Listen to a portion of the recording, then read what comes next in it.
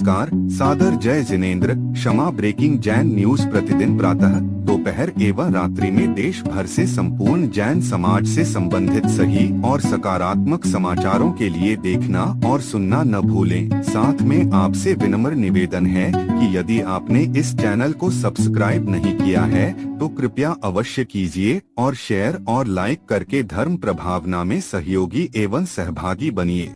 इस कार्यक्रम के पुण्यार्चक नमन करता है ब्रह्मचारिणी विशल्या जैन, श्रीमान मनोज जैन, आशीष जैन, नीरज जैन, जलेसर, उत्तर प्रदेश।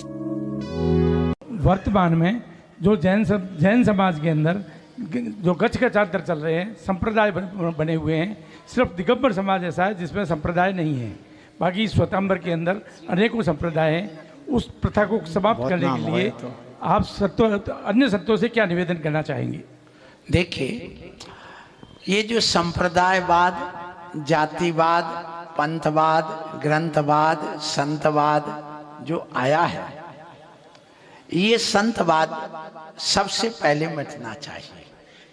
संतवाद मिटने पर ही सब कुछ आगे क्रिया बढ़ सकती है, क्योंकि संत एक आदर्श होते हैं, संत एक प्रेरक होते हैं, संत एक शक्ति होती है। संत इस समय वर्तमान में भगवंत के प्रतिरूप होते हैं, जिसको इस्लाम में कहा गया दूत है, या उनके जो आते हैं ना अवतार के रूप में, वो कहिए हैं, जैसे मोहम्मद आदि आए तो ये उस रूप में हुआ करते हैं। तो ये यदि चाहें सबसे पहले तो ये संत आपस में पहले एक दूसरे से मिले। चर्या अलग है, मैं मानता हूं, चर्या में अंतर हो सकता है, चर्चा में अंतर हो सकता है, लेकिन सिद्धांत में सामंजस्य नहीं बन रहा तो वो भी चलेगा। सिद्धांत में भी अंतर हो सकता है, लेकिन व्यवहार में अंतर ना हो, बस तुम्हारा काम बन जाएगा। तो व्यवहार तो कम से कम एक दूसरे से लेकर के चलिए।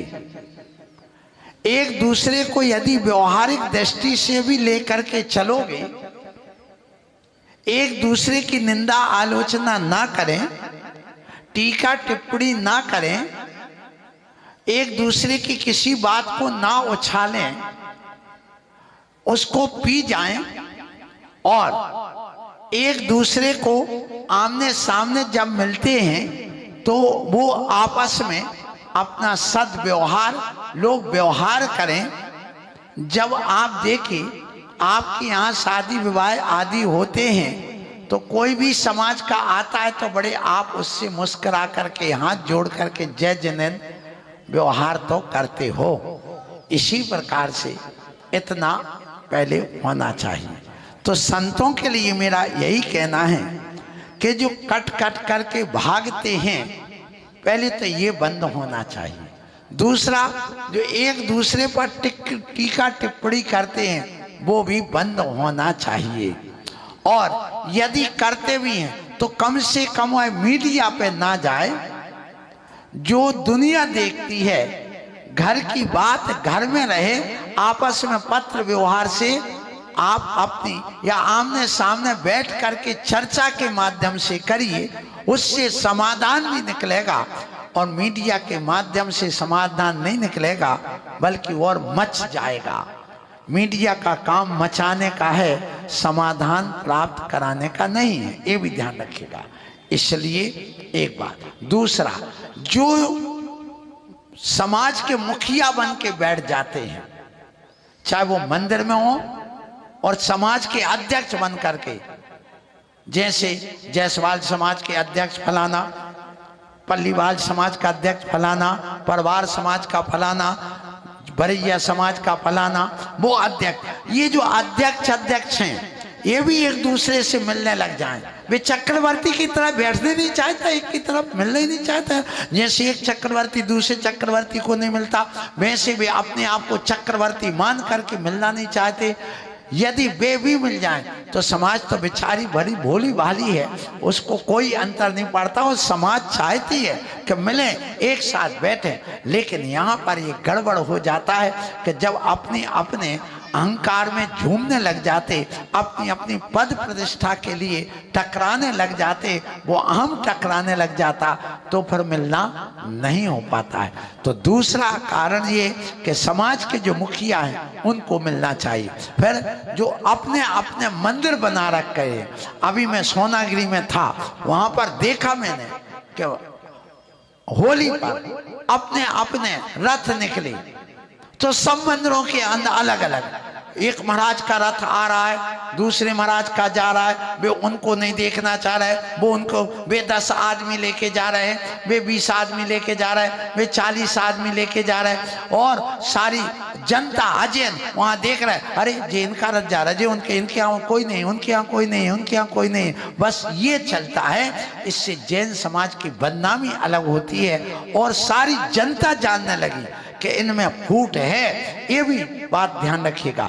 तो ये अपने पांव पर कुल्हाड़ी पटक रही है ये समाज, इसलिए एक कुल्हाड़ी पटकना बंद कर दे। वो मीडिया पर ये जो जा रहा है उसको बंद करना चाहिए, जबकि समाज इतनी खराब नहीं, जैन समाज बराबर आज भी मैं कहूँगा एकता है, अहिंसा है, प्रेम है, रोटी बेटी व्यवहार है। वो शिया सुन्नी जैसा या आपके जो इसमें ईसाइयों में जैसे चला या पर यहाँ बौद्धों में चला, ऐसा अभी अपने यहाँ पर कहीं पर भी नहीं है, चाहे वो श्वेतांबर हो चाहे दिगंबर हो। आप तो श्वेतांबर समाज को फॉलो करते हैं, फिर भी मैं आपसे कहूँ कि ये सब जगह आते, ऐसा आना जाना अपना बना रहना चाहिए। और समाज के जो मुखिया है वे आपस में असद व्यवहार करें, असद व्यवहार ना करें। फिर इसके बाद में आती है बात कि ये जो छोटे छोटे एक ही समाज में अपने अपने टुकड़े ग्रुप बना लेते, ध्यान रखना, संगठन बनाओ, निषेध नहीं है। जब जब आप समिति बनाते हो, संगठन बनाते हो और आप अपनी टोली बनाते, कोई बात नहीं, ये चलेगा। लेकिन एक ही समाज में जब गुटबाजी होने लग जाती है तो समाज का गला घुट जाता है। और हम कई जगह देखते हैं ऐसा, एक ही समाज में 2 गुट बन जाते, और वो गुट इसलिए बनते हैं सिर्फ चुनाव के कारण से। इसलिए जैन समाज में ये जो चुनाव होते हैं वोट डाल करके, ये बंद होना चाहिए। सर्वसम्मति से बैठ करके चुनाव होना चाहिए। और इसमें भी ध्यान रखना, यदि 2 पार्टियां हैं, ठीक है भैया, इस बार तुम बनोगे, अगली बार तुम बनोगे, ऐसा अपने 2-2 साल के लिए बांट लो, क्या बात है। तुम कितना विकास करते, तुम कितना विकास करते, सबको एक साथ लेकर के चलो। तो ये जो चुनाव के कारण से भी ये गुटबाजी और ये हो रहा है। और फिर इसके बाद में ये जो पूजन पद्धति व्यवहार की दृष्टि से जब हम देखते, एक कहता फूल चढ़ाओ, एक कहता नहीं चढ़ाओ, एक कहता चावल चढ़ाओ, एक कहता नहीं चढ़ाओ, एक कहता आप अभिषेक करो पंचामृत, दूसरा कहता नहीं करो। तो ये पंथवाद में भी झगड़े हैं, जबकि ये सब व्यवहार क्रियाएं, इनसे कोई कल्याण नहीं होना, ये भी ध्यान रखेगा। इन व्यवहार क्रियाओं से यदि कसाय बढ़ रही है तो कल्याण नहीं होगा, और यदि उनमें समता है, भक्ति है, श्रद्धा है, कसाय भाव चला गया तो कल्याण होगा। ये भी ध्यान रखना। जैसे आप मूल अध्यात्म की ओर, उस सिद्धांत की ओर जाओ। जैसे एक व्यक्ति ने सेव फल चढ़ाया, दूसरे ने श्रीफल चढ़ाया। अब देखिए, दोनों श्रीफल चढ़ा रहे और शिवफल चढ़ा रहे। अब ये बताओ, ये झगड़ा श्रीफल और शिवफल में है, लेकिन दोनों जब चढ़ाते हैं तो वो शिवफल चढ़ाने वाला भी कहता मोक्ष फल प्राप्त है, फलम नृपामति स्वाहा, और श्रीफल चढ़ाने वाला भी कहता मोक्ष फल प्राप्त है, फलम नृपामति स्वाहा। लक्ष्य में दोनों के मोक्ष फल है, इसलिए लक्ष्य में विरोध नहीं है। विरोध किस में है? उस श्री फल के और शिव फल में विरोध है।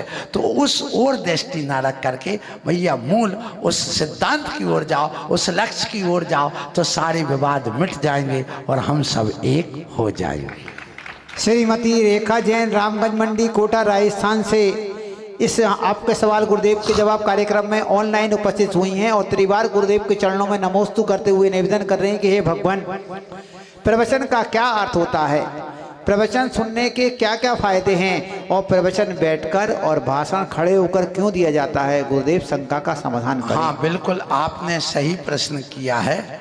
बैठ करके और खड़े हो करके, देखिए भाषण हमने कई बार कहा खड़े हो करके होता है, लेकिन उपदेश बैठ करके होता है।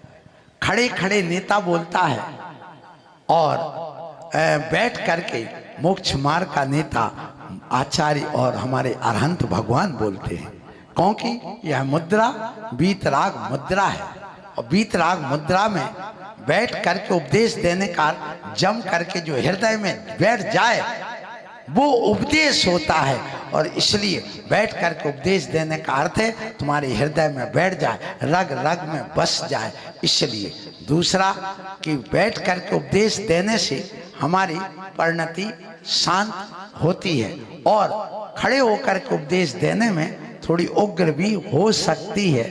इसलिए भी और एक मर्यादा बताई गई है मुनि की और एक उपदेशकर्ता की कि वह एक सभ्यता के रूप में भी अच्छा लगता है, सभ्य व्यक्ति माना जाता है। घरों में कहते हैं अरे क्या खड़े खड़े होकर के बिटिया बात करती, बैठ के बात करो ना। तो बैठ करके उपदेश करना सभ्यता का प्रतीक है, खड़े होकर के सभ्यता का प्रतीक नहीं है। और स्वाध्याय करने का फल, देखिए साक्षात फल तो अज्ञान का नाश है, फिर ज्ञान का प्रकाश है और असंख्यात गुणी निर्जरा है। और सुनिए, परोक्ष फल इंद्र आदि पद की प्राप्ति है और मोक्ष सुख की प्राप्ति है, क्योंकि स्वाध्याय एक तप है और तप से कर्म की निर्जरा होती है। इसलिए ये स्वाध्याय से हमारा अज्ञान मिटता है और ज्ञान की प्राप्ति होती है। व्रतों का निर्दोष पालन होता है, क्योंकि बिन जानन के दोष गुणन को कैसे गहिए तजिए। स्वाध्याय करने से हमारे भगवान की आज्ञा है कि श्रावक को 6 आवश्यकों में स्वाध्याय करना चाहिए, इसलिए आज्ञा का पालन होता है। और स्वाध्याय करने से अंदर से जो दुख है, तनाव है, वह दूर होता है और आनंद और सुख की प्राप्ति होती है, दुख का नाश होता है। आत्मा में परिणामों में विशुद्धि आती है और हे उपाधि का ज्ञान हुआ करता है, रत्नत्रय में परिवर्तन हुआ करता है और मोह और अज्ञान आदि का नाश हुआ करता है। इसलिए प्रवचन और स्वाध्याय एक ही बात है, इससे अनेक लाभ होते हैं। Kshama breaking Jain news YouTube channel पर विज्ञापन देकर धर्म प्रभावना में बने सहभागी। विज्ञापन देने हेतु संपर्क कीजिए मोबाइल नंबर 9026900740 एवं समाचार एवं वीडियो भेजने हेतु WhatsApp number 9335236222। Kshama breaking Jain news YouTube channel देखने के लिए आपको बहुत बहुत धन्यवाद। सादर प्रणाम, सादर जय जिनेंद्र।